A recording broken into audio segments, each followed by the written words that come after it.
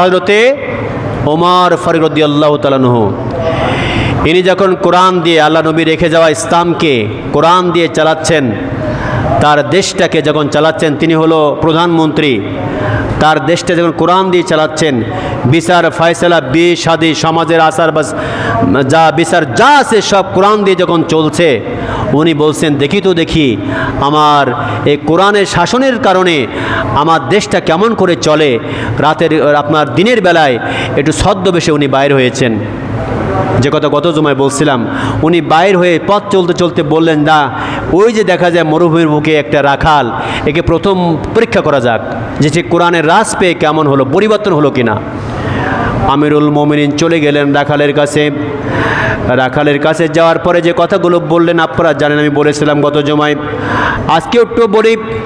আমিরুল মোমিনিন ওই রাখাল কি প্রশ্ন করলেন, ভাই রাখাল আমি বড় ক্ষুধার্ত, আমাকে একটু দুধ দাও। তুমি যেহেতু উট পালতেছো, দুম্বা পালতেছো, ছাগল পালো, অনেক দুধ তোমার কাছে আছে, তুমি ইচ্ছে করলে দিতে পারবে, দাও। আমি বড় ক্ষুধার্ত, আমাকে একটু দুধ দাও। এমন করে বললে পরে ওই রাখাল পথিকের দিকে তাকাইছেন, আমিরুল মোমিনের দিকে তাকাইছেন, ডাক দিয়ে বলে, পথিক আপনি আমার কাছে দুধ চাইলেন, আপনার পরিচয়টা একটু বলেন, আপনার পরিচয় কি, আপনার বাড়ি কই, কী নাম আপনারা বলেন। আমিরুল মোমিনিন তার পরিচয়কে গোপন করে সুন্দর করে বললেন, ভাই আমি একজন মুসলমান। কি বললেন? আমি একজন মুসলমান, আমি অত্যন্ত ক্ষুধার্ত, আপনি আমাকে এক পেলা দুধ দেন, আমি একটু দুধ খেতে চাই। এমন করে বললে পরে সাথে সাথে রাখাল বলছে, আপনার কি মাথা খারাপ নাকি, আপনি কি পাগল? কেন পাগল হব? আপনি আমাকে রাখাল বলে ডেকেছেন, রাখাল বলে ডাকার পর আমার কাছে দুধ চেয়েছেন। যখন আপনি আমাকে রাখাল বলেছেন, আপনি বুঝতে পেরেছেন যে আমি উট দুম্বার মালিক না, আর মালিক না হওয়ার কারণে আমি তো আপনার দুধ দিতে পারি না। এজন্য আপনি কি পাগল নাকি আমার কাছে দুধ চাইছেন? আমিরুল মোমিনিন বুঝলেন বিষয়টা কি, পাগল তো মনে হয় ভালোই কোরআন মানতেছে, দিন মনে হয় ঢুকে গেছে। ঠিক আছে ভাই, তুমি আমারে কেন দিবা না? এই জন্য আমি আপনাকে দুধ দিব না, যেহেতু এই উটের মালিক আমি না, মালিকের কাছে আমি চাকরি করি, সে বাবদ আমি ভাড়া, আমি টাকা পাই, বেতন পাই। আমি উটগুলো দেখি, ছাগলগুলো দেখি, দুম্বাগুলো চড়াই মাঠে। আমিরুল মোমিনিন এই পথিক তখন বলছেন, ও রাখাল শোনো, ঠিক আছে তোমার মালিক যেহেতু অনুমতি নাই, দিতে পারবে না, তাহলে এক কাজ করো, তুমি সুন্দর করে কিছু টাকা নাও, এই টাকার বিনিময়ে আমার কাছে দাও, 2 টাকা তোমারে দিই, 2 দিরহাম, 1 গ্লাস দুধ তুমি আমাকে দাও, দুধটা খেয়ে অন্তত আমার জীবনটা বাঁচাই। ডাক দিয়ে বলে, আমি কোনো প্রকার ঘুষ পছন্দ করি না, ঘুষ আমি চাই না। বলে কেন? তোমার মালিক তো এখানে নাই। তারপরে বলছে, মালিক না থাকলেও একটা কথা ভালো করে বুঝবেন, এই শাসনামল টাকার আপনি কি জানেন? কে বলছে? রাখাল। রাখাল ডাক দিয়ে বলছে, পথিককে আমিরুল মোমিনিনকে বলছে, কিন্তু আসলে তো চেনে না। আমিরুল মোমিনিনকে রাখাল চিনত না, এই জন্য বলছে, পথিক আপনি কি জানেন আপনি কোন জায়গায় বাস করেন? বলে কেন? আপনি বাস করেন আমিরুল মোমিনিন খলিফাতুল মুসলিমিন উমরের আন্ডারের মধ্যে। এই এলাকার মধ্যে ওমরের পুলিশ আছে, ওমরের লোকজন আছে, যদি তারা জানতে পারে আমি ঘুষ নিয়ে দুধ দিয়েছি, আমার মালিক নাও জানতে পারে, ওমরের কোনো ব্যক্তি যদি জানতে পারে, ওমর এত কড়া, আমার জীবন চলে যাবে, 1 গ্লাস দুধ আমি আপনাকে দিতে পারবো না। দেখছেন, ও তো আমিরুল মোমিনকে চিনে না, খলিফাতুল মুসলিমিন স্বয়ংদের সামনে হাজির হয়ে বুঝতেই পারছে না। এরপরে বলে, ভাই এখানে তো কোনো পর্যায়ে আমি আমিরুল মোমিনিনকে দেখি না, অথবা তার লোকজনকেও দেখি না, কোনো পুলিশ নাই, কোনো ফৌজ নাই, আর্মি নাই, র্যাব নাই, কেউ নাই, তুমি কেন ভয় পাচ্ছ? বলে না, তারপরেও দেওয়া যাবে না। বা তাহলে এক কাজ করি, গোপন জায়গায় চলে যায়, পাহাড়ের কোনো গুহায়, অথবা চলে যায় কোনো জঙ্গলের মধ্যে, যেখানে গেলে পরে কেউ দেখবে না, শুধুমাত্র তুমি আর আমি ছাড়া আর কেউ দেখবে না, সেখানে ওমরের লোকজন থাকবে না, পুলিশ র্যাব কেউ থাকবে না, চলো জঙ্গলের মধ্যে চলে যায়। ডাক দিয়ে তো রাখাল বলছে, পথিক আপনি কি পাগল? মাথা কি আপনার খারাপ নাকি? আপনি তো বড্ড বোকা, আপনার তো কোনো বিবেক নাই, বিবেকহীন একজন মানুষ, আপনি তো কিছুই বোঝেন না, পাগল। বলে কেন আমারে পাগল বলো? কারণটা কি? বলে পাগল যদি নাই হইবা আমাকে তুমি ডেকে ডেকে বলছো যে দুধ আমি তোমাকে দিব, বিনিময়ে তুমি আমাকে টাকা দিবে। আমিরুল মুমিনিনের চোখ ফাঁকি দেওয়ার জন্য, মানুষের চোখ ফাঁকি দেওয়ার জন্য আমাকে নিয়ে যাবা তুমি জঙ্গলের মধ্যে, আমাকে নিয়ে যাবা তুমি পাহাড়ের গর্তের মধ্যে। অপথিক এই পৃথিবীর আমিরুল মুমিনিন না দেখলো, তার লোকজন না দেখলো, কেউ না দেখলো, কিন্তু যে মালিক তোমাকে এবং আমাকে সৃষ্টি করেছেন, যিনি সব কিছু দেখেন, যিনি সব কিছু শোনেন, এক সেকেন্ডের জন্য যিনি ঘুমান না, সব সময় যিনি দেখেন জাগ্রত, ওই রব্বুল আলামিনের চোখ তো ফাঁকি দেওয়া সম্ভব না। কোন সুবহানাল্লাহ। কোরআনের রং কেদেন, কোরআন কি জিনিস এ বুঝতে পেরেছে। রাখালের মধ্যে কোরআনের কি জিনিস, কোরআন কি জিনিস বুঝতে পেরে কোরআন মানতেছে। আমিরুল মুমিনকে কিন্তু সে চেনে না, কোরআন মেনে বলতেছে না আপনি একজন পথিক, আপনার আমি দেখব ঠিক আছে, কিন্তু এর মধ্যে ওমর নাই, আসবে না ঠিক আছে, ওমরের পুলিশ কেউ আসবে না তাও বিশ্বাস করলাম, কিন্তু ওমরের মালিক, আপনার মালিক, আমার মালিক আল্লাহ, তার চোখ তো ফাঁকি দেওয়া সম্ভব না। আমিরুল মুমিনিন বুঝতে পারলেন এ আসলে একটা পাক্কা ইমানদার মানুষ, হতে পারে রাখাল, কিন্তু তার মধ্যে দিন ঢুকছে। একটু আগে যে দিনের কথা বললাম, দিন সে মানে স্টার্ট করছে, দিনকে জিনিস সে বুঝেছে, এর কাছে দুধ নেওয়া যাবে না, কোনো কৌশলেই নেওয়া যাবে না। পরে রাখালকে ডেকে বলছে, ভাই রাখাল, তুমি এইটা কেমন করে, কিভাবে তুমি এটা শিখলা, কেমন করে জানলা? ডাক দিয়ে বলে, পথিক, ইসলামকে জিনিস আমি ভালো বুঝতাম না, কোনো এক ব্যক্তি আমাকে দাওয়াত দিল, দাওয়াত দেওয়ার পরে আমি কালেমা পাঠ করলাম, কালেমা পাঠ করার পরে আমাকে শিখায় দিল এই করা যাবে, এই করা যাবে না, সবসময় আদর্শের উপর থাকতে হবে, আদর্শ মাফিক চলতে হবে, নিজের ইচ্ছা মতো চলা যাবে না, আল্লাহর পয়গম্বর নবীর হাদিস মাফিক চলতে হবে, আর কোরআনুল কারীম যে কথা বলেছেন সে মাফিক জীবন গড়তে হবে। সেই দিন থেকে শুরু করে আজ পর্যন্ত আমি কোনো দিন এক সেকেন্ডের জন্য মিথ্যা কথা বলিনি। সুবহানাল্লাহ।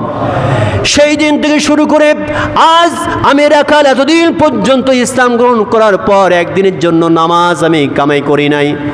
তুমি নামাজ কোথায় পড়ো? কয় মসজিদে নববীতে যাই।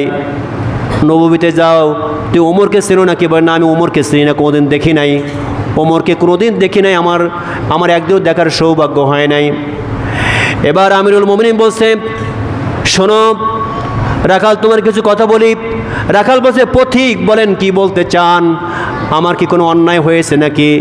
আপনি পথিক মানুষ, ক্ষুধার্ত আসলেন, আমার কাছে দুধ দিতে পারলাম না, বড় কষ্ট লাগে, কিন্তু আমার হাত পা তো বাঁধা, আমার মালিক আমাকে বেঁধে, আমার রুটের মালিক আমার হাত পা বাঁধে নাই, আমার হাতটা পরিপূর্ণ বেঁধেছে কোরআনুল কারীম। কোরআন বলতেছে মালিকের অনুমতি ছাড়া কাউকে কিছু দেওয়া যাবে না। কোরআন যেহেতু মানে, ইসলামী সমাজ ব্যবস্থা যেহেতু মানে, আল্লাহর কোরআন দিয়ে সমাজ চলে, রাষ্ট্র চলে, আমি সেটা যেহেতু মানে, আপনাকে আমি দুধ দিতে পারলাম না বলে মনে কোনো কষ্ট নেবেন না। একথা বলার পরে আমিরুল মুমিনিন তখন বলছে, ডাক দিয়ে, এ রাখাল শোনো, তোমার মনে ইচ্ছা কি আছে? বলে, পথিক, আমার মনে বড় শখ, আমার বড় ইচ্ছা আছে। কি ইচ্ছা তোমার? বলে, আমার ইচ্ছা হলো যদি একদিন একটু আমিরুল মুমিনিনকে দেখতে পেতাম। কোন সুবহানাল্লাহ। আমার বড় ইচ্ছা, যার আদেশে, যার নেতৃত্বে অদ্য পৃথিবী চলতেছে, যে নেতার কারণে সারা পৃথিবীর মানুষ চুরি করে না, জিনা করে না, অন্যায় করে না, অত্যাচার করে না, যে কোরআন দিয়ে বিচার ফায়সালা করে, এই নেতাকে আমি একদিন দেখবো, আমার মনটা চায়। বলে, কোনদিন দেখো নাই? বলে, না দেখি নাই। আর কি চাও তুমি? আর চাই আল্লাহ রাব্বুল আলামিন, আমি যেই কষ্ট করি, পরিশ্রম করি, কোরআন মানি, হাদিস মানি, অন্যায়কে প্রশ্রয় দেই না, এর বিনিময়ের জন্য মৃত্যুর পরে আল্লাহ পাক আমাকে জান্নাত দান করে, আমি এটা চাই। আল্লাহর পয়গম্বরের সাহাবী আমিরুল মুমিনিন ডাক দিয়ে বলে, রাখাল তুমি শোনো, প্রথম যে চাওয়া ওটা তোমার পূরণ হবে ঠিকই, কিন্তু 2 নাম্বার যে প্রশ্ন, যে এটা চাওয়া ছিল, জান্নাত তুমি চাও, আল্লাহ রাব্বুল আলামিন তোমার জান্নাত 100% দান করবে। কোন সুবহানাল্লাহ। 100% জান্নাত তুমি পাবে, কারণ তুমি যেভাবে তোমার নেক নিয়াত, সহি নিয়াত, কোরআনের জীবন জগৎ তুমি করেছো, কোরআন দিয়ে রাষ্ট্র সমাজ চলে তুমি চাও, এবং সে মাফিক যখন তুমি রাখাল হয়ে তুমি গ্রহণ করেছো, সেভাবে জীবনটা সাজিয়েছো, 100% তুমি জান্নাতে যাবে। এবার রাখাল হাসা শুরু করছে, হাসছে, হেসে বলছে, আমি এই জন্য পথিক আপনাকে বলেছিলাম আপনি পাগল, কি বলছে? ও পথিক, এর জন্য আমি আপনাকে পাগল বলেছিলাম, আপনি তো বোঝেন না, ওটা তো বাকি, আমি মারা যাব তারপরে আমি জান্নাত পাবো, এটা তো অনেক দূরের কথা, এর গ্যারান্টি আপনি আমাকে দিলেন, কিন্তু এই মুহূর্তে আমিরুল মোমিনকে দেখব, এই গ্যারান্টি তো আপনি আমাকে দিতে পারলেন না। আপনি পাগল নাকি? মৃত্যুর পরে এসে কবে হবে সেই সময় গ্যারান্টি দিচ্ছেন, অথচ এখন আমি আমিরুল মোমিনকে দেখতে চাই, এটা পারলেন না। আমিরুল মোমিন বলছেন, ঠিক আছে রাখাল ভাই, তুমি আগামীকালকে মদিনায় মসজিদে যেয়ে নামাজ পড়ো। কোথায়? বলে আমি তো নামাজ বারান্দায় পড়ি, সবসময় বারান্দায় পড়ি, টাইম থাকে না বেশি, বারান্দায় নামাজ পড়ে আবার দৌড়ে চলে আসি। তো নামাজ তো মসজিদ নববীতেই পড়ো, কালকে একটু আগে আগে যেয়ে সামনে কাতারে দাঁড়াইবা, তুমি ওমরকে দেখতে পাবা।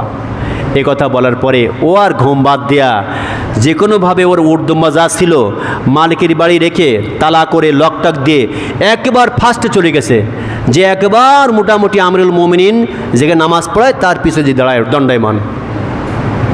আজান হয়ে গেল, লোকজন মসজিদে আসতেছে, লোক সবাই বসে যাচ্ছে, কাতার বসে, সামনে কাতার পূরণ করতে হয়, আগে সামনে কাতারে বসতে হয়, আমরা তো পিছনে কাতারে বসে পড়ি, আগে সামনে কাতারে বসতে হয়। এবার সামনে কাতারে বসছে মানুষজন, ও ঠিক ওমরের ইমামের পিছনে পিছনে যে বসছে।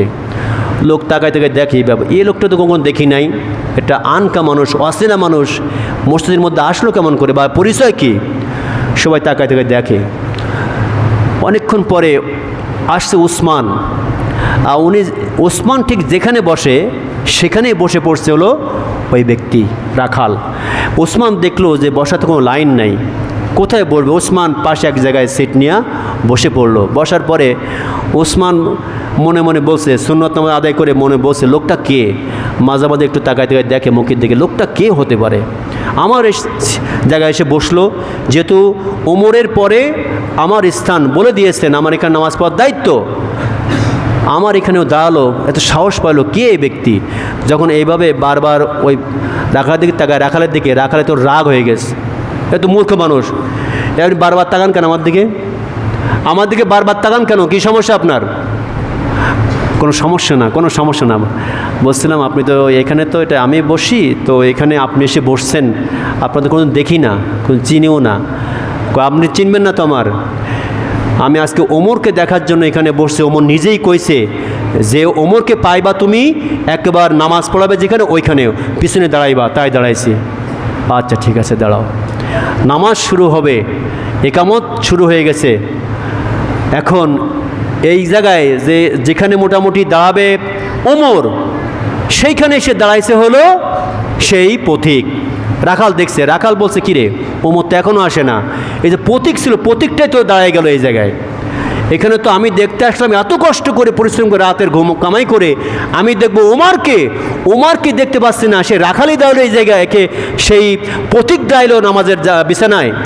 ও তো মেজাজ খারাপ হয়ে যাচ্ছে। ও তখন ওসমানকে ডেকে বলছে, ভাই এখানে না আজকে নামাজ পড়ানোর কথা ছিল আমিরুল মোমিনিনকে, আমার তো এই কথা বললো, পথিক আমাকে ডেকে বললো, পথিক আমাকে বলেছে যে আজকে নামাজ ইমামত করবে হচ্ছে আমিরুল মোমিনিন, তুমি যাও। কিন্তু সে তো আসলো না, পথিক দাঁড়াইছে। নামাজটা শেষ হয়ে গেল, কোনোভাবে শেষ হয়ে যাওয়ার পরে মনটা খারাপ। তখন ওই পথিককে ডেকে বলছে, আপনি না কালকে আমার সঙ্গে বললেন যে আমার সঙ্গে আপনি পরিচয় করাবেন ওমরকে, অথচ আপনি নিজেই দাঁড়ায় গেলেন, কাজটা ঠিক হলো? আমি কালকেই তো আপনাকে পাগল বলছিলাম, আপনি তো ঠিক করেন নাই। এমন করে বলার পরে আমিরুল মোমিনিন শান্ত মনে একবার ডাক দিয়ে বলে, ভাই টেনশন করার কোনো কারণ নাই, তুমি একটু উঠে দাঁড়াও। আল্লাহর নবীর সাহাবী ওমর ফারুক উঠে দাঁড়াইলেন, আর লোকটা দাঁড়ায় গেল। আল্লাহর পয়গম্বরের সাহাবী সুন্দর করে হাতটা বাড়ায় দেয়া ওই রাখালকে আলিঙ্গন করলেন, কোলাকুলি করলেন, চুমা খাইলেন, আর ডেকে বলে, ভাই কালকে যে দরবারে তোমার সঙ্গে আমার দেখা হয়েছিল মাঠে ময়দানে, তুমি যাকে পাগল বলেছো, যাকে ভণ্ড বলেছো, সে আর কেউ নয়, তিনি হচ্ছে আমি, সেই তোমার আমিরুল মোমিনিন। একথা বলার সাথে সাথে লোকটা করে অচেতন হয়ে গেল। এটা আপনি কেমন করে বললেন?